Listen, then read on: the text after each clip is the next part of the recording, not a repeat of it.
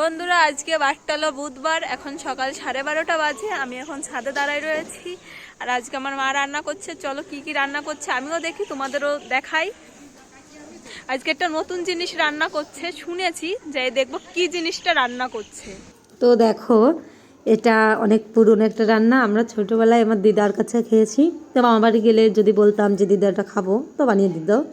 তো এখানে মা জিরে, লঙ্কা, তারপর আর এমনি যাবতীয় যা টুকটাক নুন, হলুদ, মশলা সেইগুলো দিয়ে মশলাটা মাছটা ভালো করে মেখে সেটা পাতায় দিয়ে, এই যে লাউয়ের পাতায় দিয়েছে।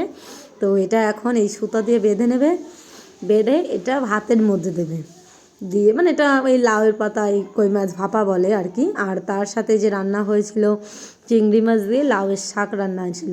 আমাদের তো সবই কেনা, তো লাউ শাকটা কিনে এনেছিল, আর তার সাথে পাতা ছিল, সেটা দিয়েই কই মাছ ভাপা হয়েছে।